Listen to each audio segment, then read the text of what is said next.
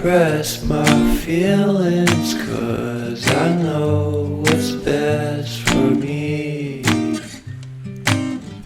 Feel short of confidence, my hands begin to shake. I thought I knew you. Bonjour! Aujourd'hui, on est à Pénétin et c'est la plage. On essaie de trouver la plage de la mine d'or, mais on n'est pas sur le bon chemin, donc on rebrousse chemin, puis on va bien finir par trouver. Il fait super beau encore, j'ai de la chance. D'habitude, la Bretagne est plutôt connue pour son mauvais temps, enfin, du moins dans les idées préconçues. Mais finalement, il fait très beau. I barely knew your name. Porcelain stuck to your teeth. You got everything, and I can't believe how I've been let down again and again and again. And I'm paranoid. What's under my skin? I got careless eyes to let you back in. Why do I do this again and again and again?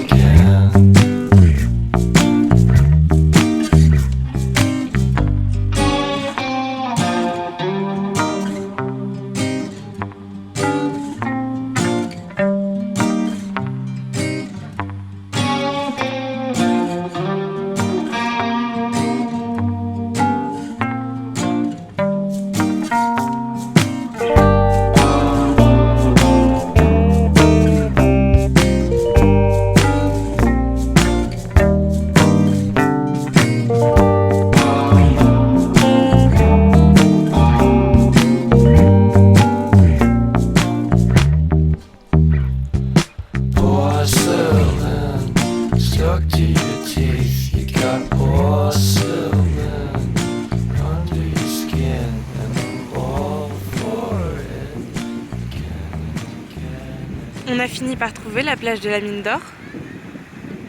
Il n'y a pas beaucoup de monde. C'est agréable. Un petit peu de vent et le bruit de la mer. Puis des enfants qui jouent. Je me demandais pourquoi ça s'appelait la plage de la mine d'or. Est-ce qu'il y avait un rapport avec l'or? Est-ce que c'était un milieu à minima aurifère? Et c'était le cas. Et c'est d'ailleurs toujours le cas, mais l'or est en tellement petite quantité, sous forme de paillettes dans la terre que bon, il ne s'agit même plus d'une mine en extérieur, il s'agit seulement d'un lieu où la terre est pailletée. Et c'était le lit d'un ancien fleuve. Alors ça aussi c'est quand même assez impressionnant, ce que l'érosion et le temps peut faire sur l'espace géologique. C'est magnifique. For someone you don't even know what you could have done. To tell you the truth, I love porcelain.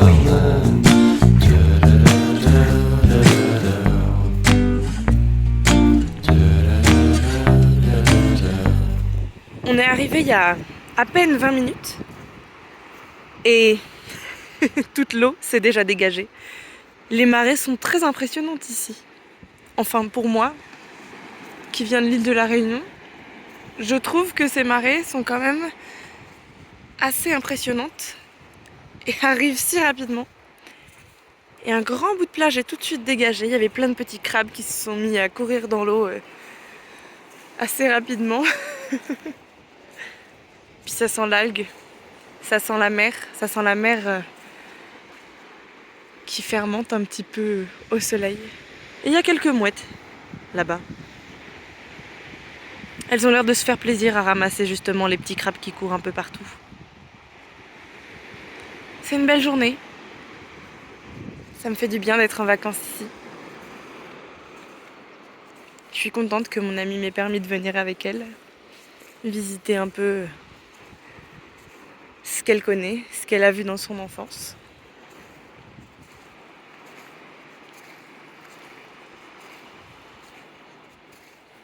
Je m'émerveille d'un tout et d'un rien en ce moment. c'est plutôt positif, je dirais, mais ça paraît un peu enfantin parfois.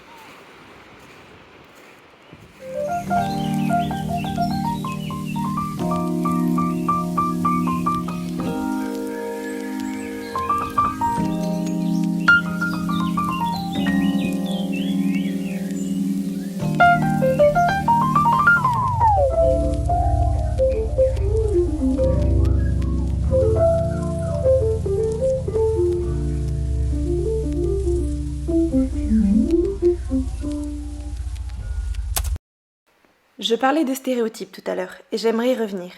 Tout au long de cette vidéo, je vous présente des paysages bretons et les activités et petites choses de mon quotidien durant ces vacances bretonnes.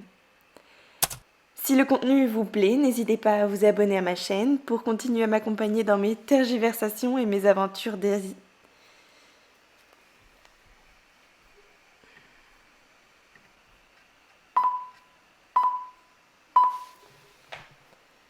Je parlais tout à l'heure de stéréotypes et j'aimerais y revenir.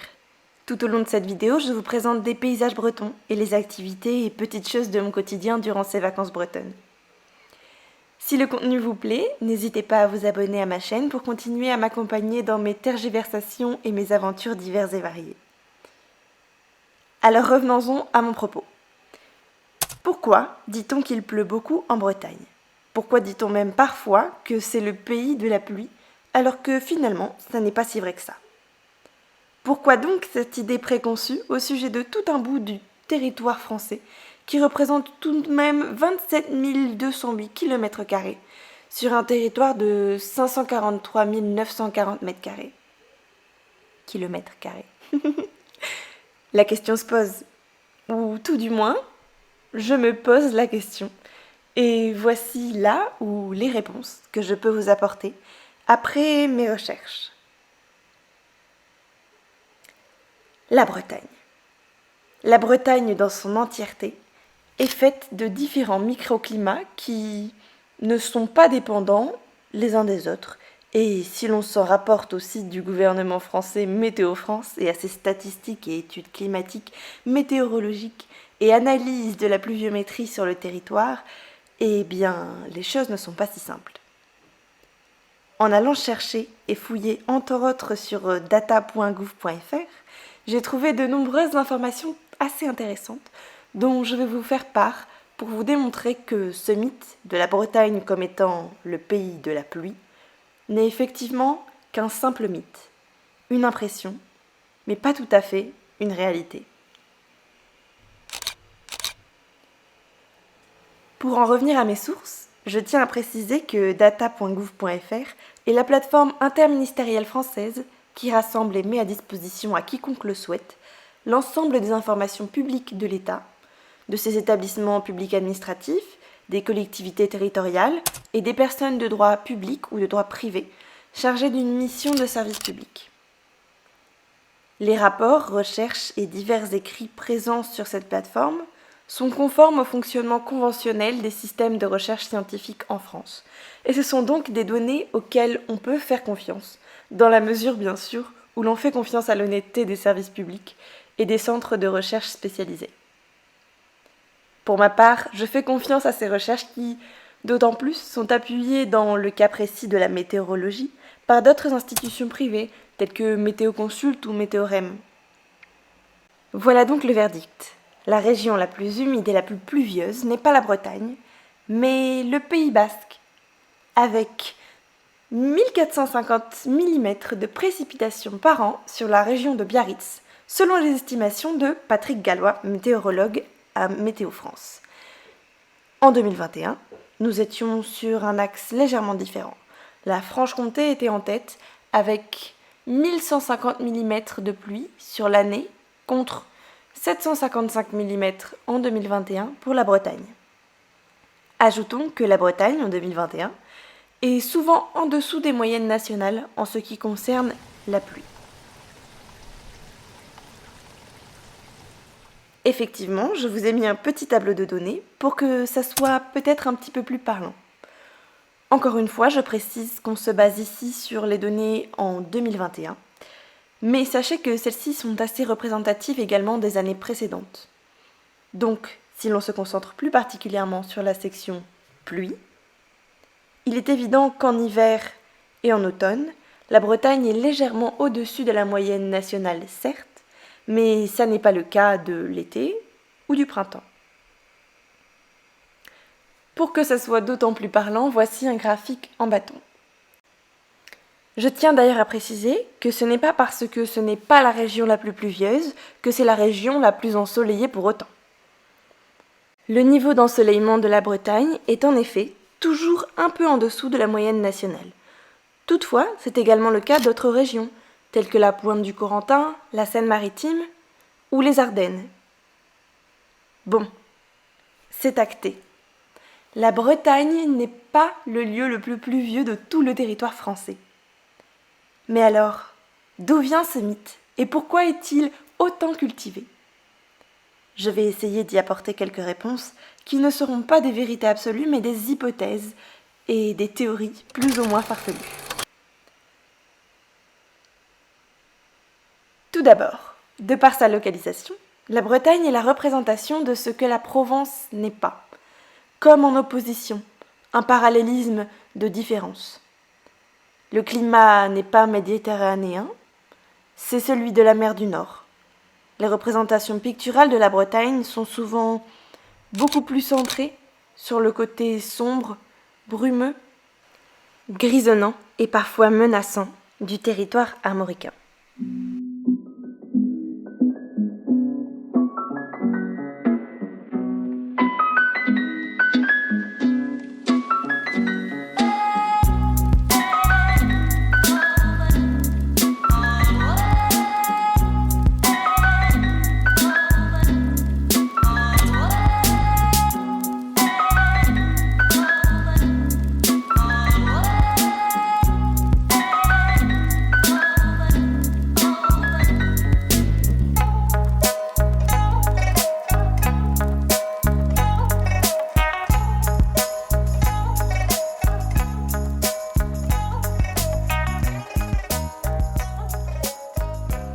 La société paysanne et les marins en bottes en caoutchouc et cirés jaunes sont des images, des clichés, qui participent également à cette imagerie d'une Bretagne sous la pluie.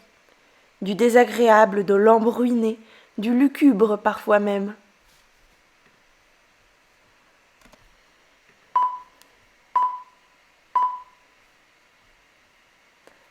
La société paysanne et les marins en bottes en caoutchouc et cirés jaunes sont des images, des clichés, qui participent également à cette imagerie d'une Bretagne sous la pluie, du désagréable, de l'embruiné, du lugubre parfois même. Ajoutons à cela que les Bretons ont beaucoup de manières différentes de parler de la pluie. Un vocabulaire de la pluie peut être plus étendu que dans d'autres régions de France. En breton, la pluie, c'est glave. Il y a la glave bian, tout d'abord, la petite pluie, le crachin, celle qui passe dans les mailles des vêtements et vous colle à la peau. Puis la glave bras, ça commence à être plus sérieux. Il faut commencer à s'équiper quelque peu. Plus fort encore, la glave pile, celle qui tombe sur la tête d'Émilie le crocodile. Cette fois, c'est la pluie battante. Restons à l'abri chez soi. Et toujours plus fort, la glave pile polos, de la pluie battante comme des prunelles sauvages. Pas la peine d'en faire toute une histoire, mais quand ça parle pluie, c'est toujours assez précis chez les Bretons. Les légendes arthuriennes et leurs récits voient l'enchanteur Merlin maîtriser les éléments, et plus particulièrement la pluie, qui est d'autant plus présente dans les récits et semble même parfois avoir une place majeure dans la manière dont la nature est perçue par Merlin. La culture populaire est faite de mythes et de légendes, mais aussi d'humour et de rivalité entre les différentes régions de France. Faire partie d'une communauté et trouver des tares, des drôleries et des particularités aux autres communautés pour s'en différencier, parfois même de manière drastique, participe à la création de stéréotypes plus ou moins fondés. Ce trait, si l'on peut dire, que l'on attribue à la Bretagne, est une corde sur laquelle les habitants de nombreuses autres régions tirent pour se moquer des Bretons. C'est un stéréotype qui amuse et qui fonctionne dans l'imaginaire collectif.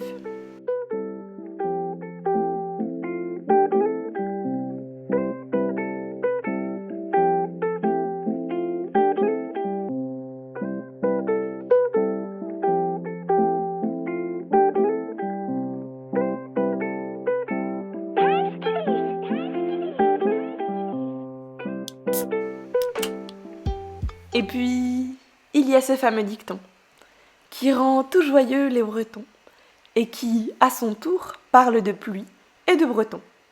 Le voici donc. En Bretagne, il pleut que sur les cons.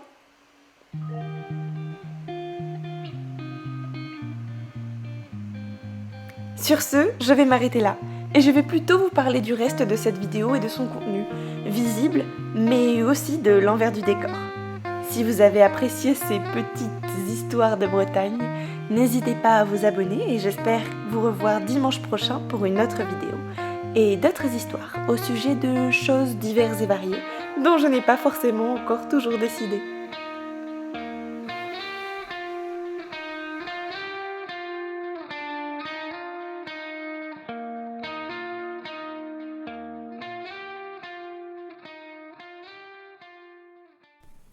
Right there on top of the moon, we could sit and do nothing. I wish we were bold to just fly away. I don't wanna care, just be here and I'm good alone. I'll be okay, miss you like an old friend.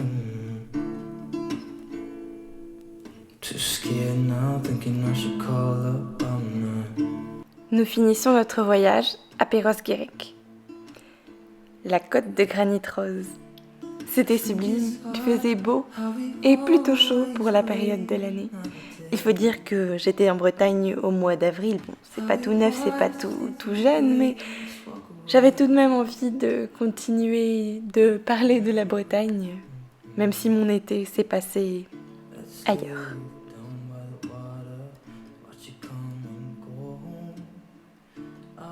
Sur la route, en direction de la côte, nous écoutions de la musique, nous profitions de l'air frais et du soleil. Et être entre copines, c'est toujours chouette d'être entre copines. Et enfin, nous sommes arrivés.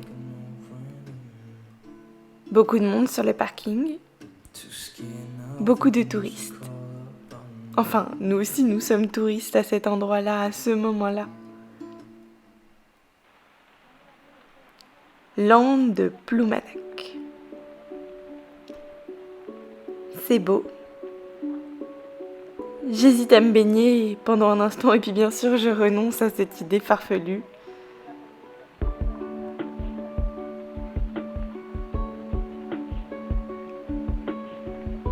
De temps en temps, des cris de mouettes.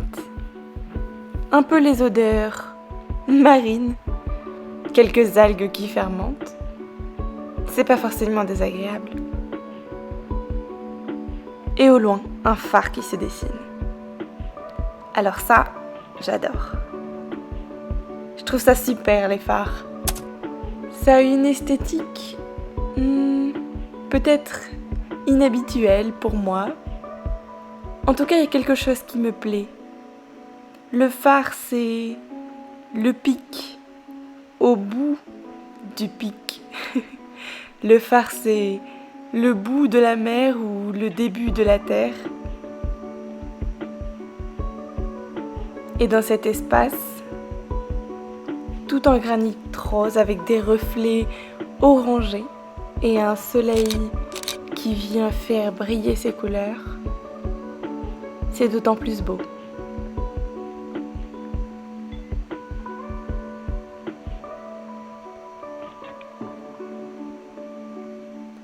Le bruit des vagues et de la mer, le bruit du vent un peu aussi. Et puis ça papote, ça discute. Ça reste aussi sans rien dire et on observe.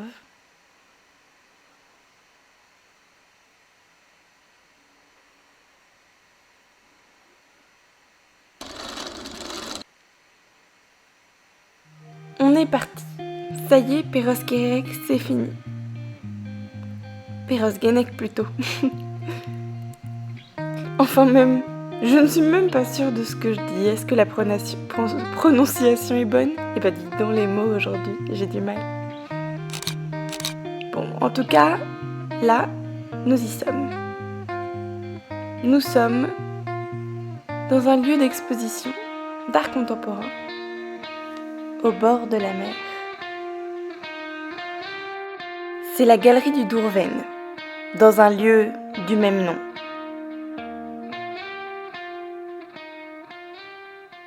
Qu'est-ce que j'en pense de tout ça? Eh bien, c'est plus ou moins flou. Tiens, il faudrait qu'on en parle, de cet art qu'est l'art contemporain. Plus ou moins accessible, plus ou moins entendable, plus ou moins compréhensible. Il y a des choses qui me touchent, d'autres moins. Il y avait ces espèces de pâtés de caca de sable qui sortaient du sol parmi les arbres. Ça m'a rappelé des jeux d'enfance sur la plage. Ça m'a bien plu. Puis on est rentré. On a préparé à manger pour tout le monde. On avait faim après cette journée bien chargée. Je me suis occupée de mettre de côté des fleurs d'ail des ours.